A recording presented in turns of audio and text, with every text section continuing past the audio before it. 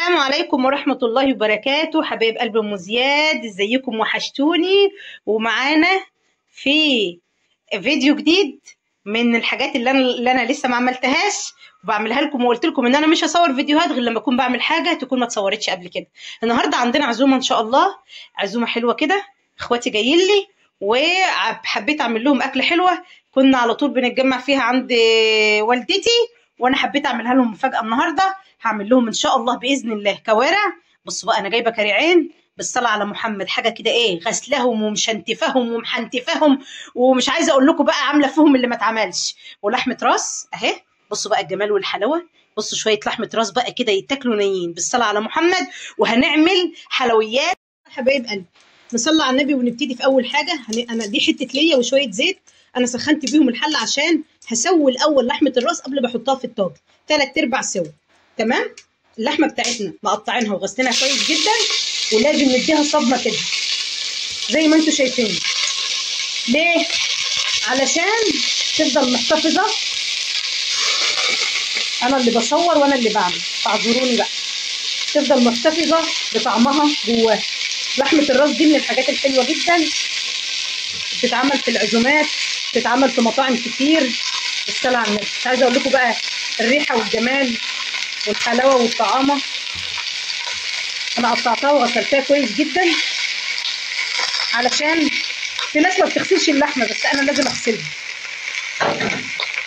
بصوا اهي، معلش لا مؤاخذه. بصوا اهو، على ما بس جودي بنتي تيجي من الدرس ونبدا ايه، حد يمسك معايا ويصور. هنديها تشويحه كده. حبايب قلبي وحشتكم، انا عارفه.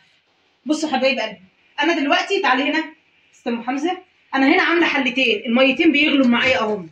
تمام تمام تمام. احنا علقنا على لحمه الراس زي ما انا ما وريت لكم، وسايبينها تستوي بقى مع نفسها. لا عادي، ما تشغلوش محدش يعلق على الغطا. لا عادي عادي. هنا غلينا ميه اولانيه هنحط فيها معلقتين خل. تمام. احنا غاسلين الكوارع بتاعتنا كويس جدا. الميه غليت وحطينا فيها معلقتين خل. هنحط الكوارع بتاعتنا. بسم الله، اللهم صل على محمد، اللهم بارك. الكوارع دي للي ما يعرفش، اللي هي رجول الذبيح. رجول الذبيحه يا جماعه الخير اهي، مغسوله كويس جدا، متشنتفه ومتحنتفه. بس احنا لازم نعمل الحركه دي برضو علشان اي زفاره تطلع معانا، شويه شرب الكوارع كده من اللي ملهاش حل اهو. بسم الله ما شاء الله لا قوه الا بالله. هتاخد غلوه، اول ما تغلي نسيبها فيها 5 دقائق، نصفيها ونحطها في الميه النظيفه عشان تطلع معانا شويه شرب الكوارع عسل.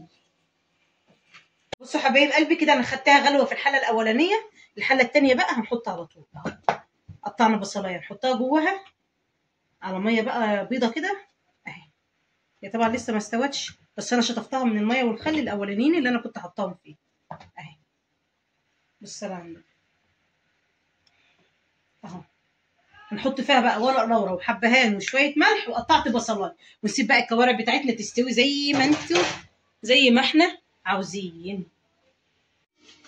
بصوا يا حبايب قلبي، هنعمل بقى تسبيكه عشان هنعمل ايه، محشي ورق عنب. ادي الرز غسلناه، وادي الصلصه اهي. بص كده في ايدك يا جوجو اهي، وادي الصلصه بتاعتنا اهي. تمام. هنسيب حبه كده، وادي الخضره بتاعتنا، شبت على بقدونس على كزبره اهي. وانا بحب ازود في البصل، ففرمه بصل اهو عليه.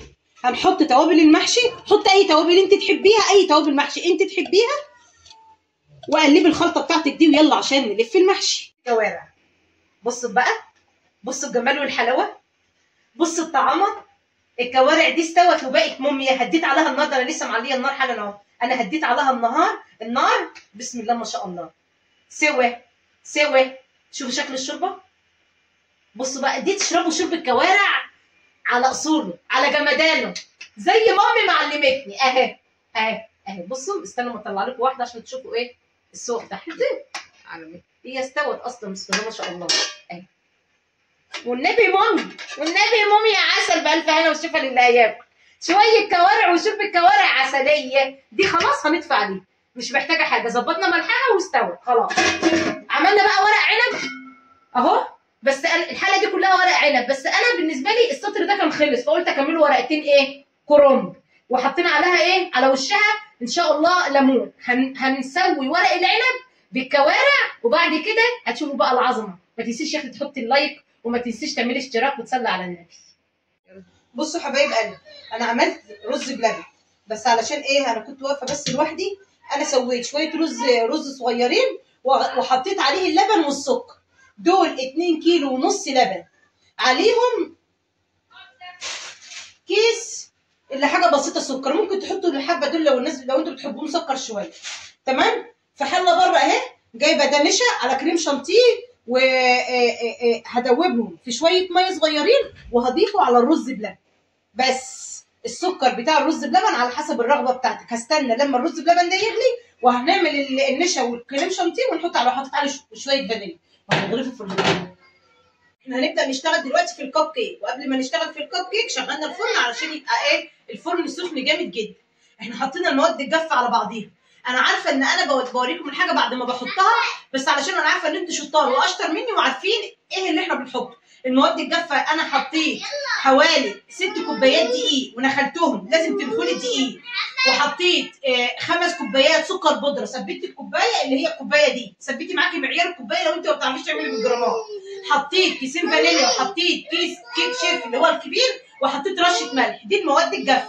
المواد السائله هتبقى عباره عن ايه؟ هحط لكل كوبايه دقيق بيضايه، يعني هحط 6 بيضات. تمام. وهحط كوبايه زيت، وهحط كوبايه ونص لبن، وهحط معلقه خل علشان الزفاره. هنقلب ده كله في بعضه ونبتدي نعمل الكب كيك يا حبايب قلبي. حبايب قلبي، ادي عملنا النوع اللي هو الابيض بالفانيليا، وعملت قسمت العجينه مرتين وعملتها بالشوكولاته اللي هي ايه، قسمت العجينه وعملت شويه كاكاو عليها وطلعتها كده. بصوا بقى في قلب الكب كيك بتاعي اللي هو محدش يتريق عليه، هو ده اللي عندي. حطيت ابيض وحطيت بالايه بالشوكولاته، وعندي شوكولاته شيبس زي ما انتم شايفين كده هنحط على الوش. لو ما عندكيش مش لازم، بس هي عندي يعني، فقلنا ايه نزين بيها. هندخلها على الفرن بتاعنا، ولما اخلص الكميه بتاعتنا ان شاء الله هوريها لك. بصوا بقى حبايب قلبي، احنا وصلنا لمرحله ايه، ومحدش يبص على البوتاجاز عشان احنا شغالين عليه من الصبح ومش هنغسله غير لما نخلص طبيخ.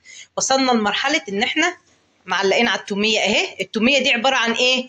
توم خد تشويحه، طفيته بخل وطماطم اهي في الخلاط وسايباها تتسبك مع نفسها. دي التوميه بتاعت الكوارع. هنا بنعصج اللحمه بتاعت الجلاش. تعصيجها ايه؟ بصل ولحمه وشويه ملح وشويه فلفل بيتعصجوا.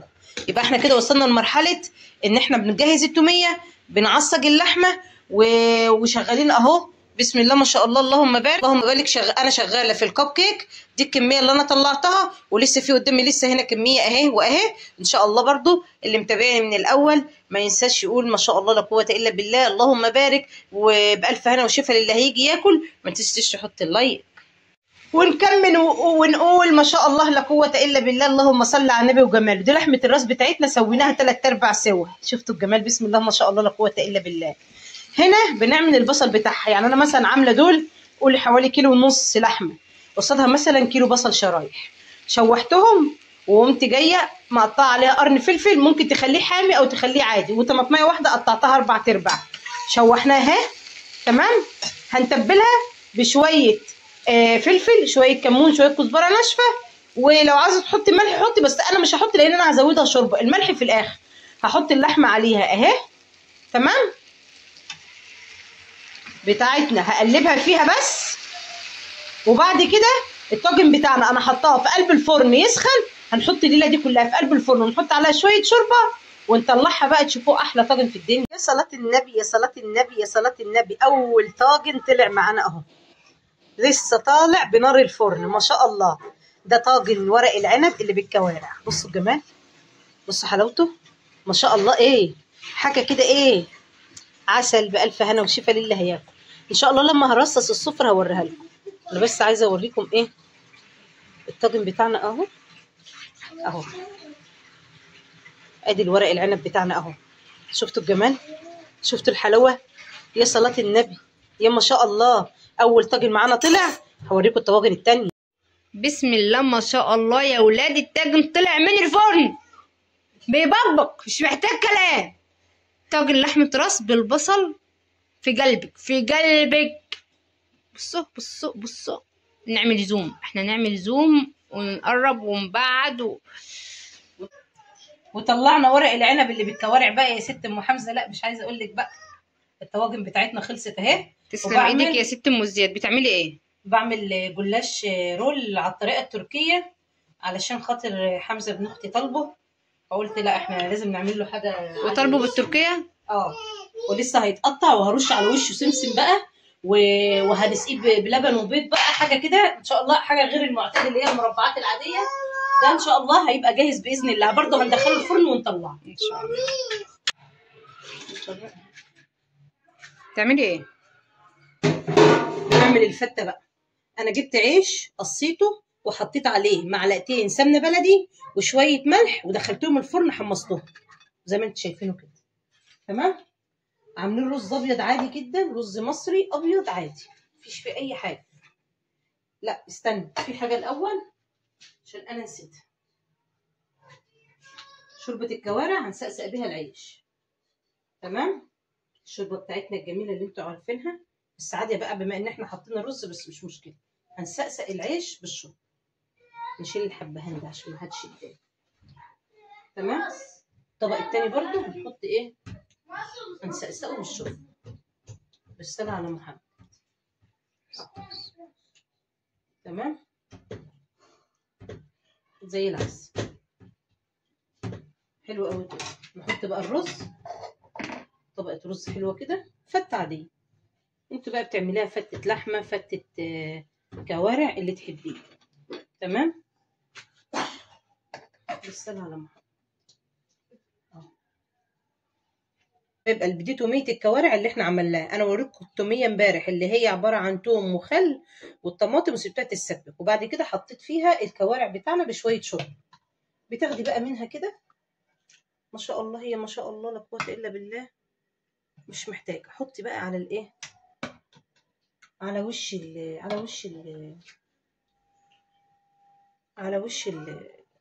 الرز. ما شاء الله والله. بصوا مستوية يعني مش اي كلام.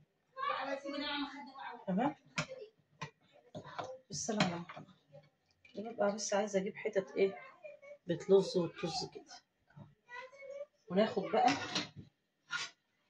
من الصوص بتاعنا اللي هو بتاع التومية ونحط بقى على الوش كده كده. احنا هنعمل طبق جانبي للي حابب يزود.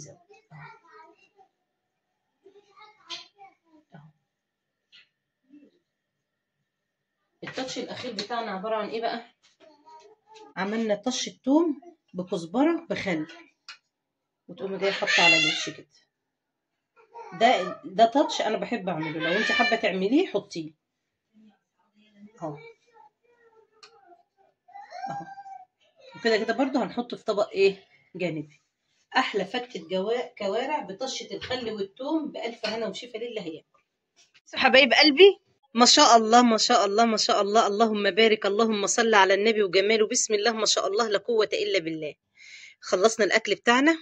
ده الجلاش باللحمه المفرومه على الطريقه التركي، رولات طويله ومحطوط عليها سمسم.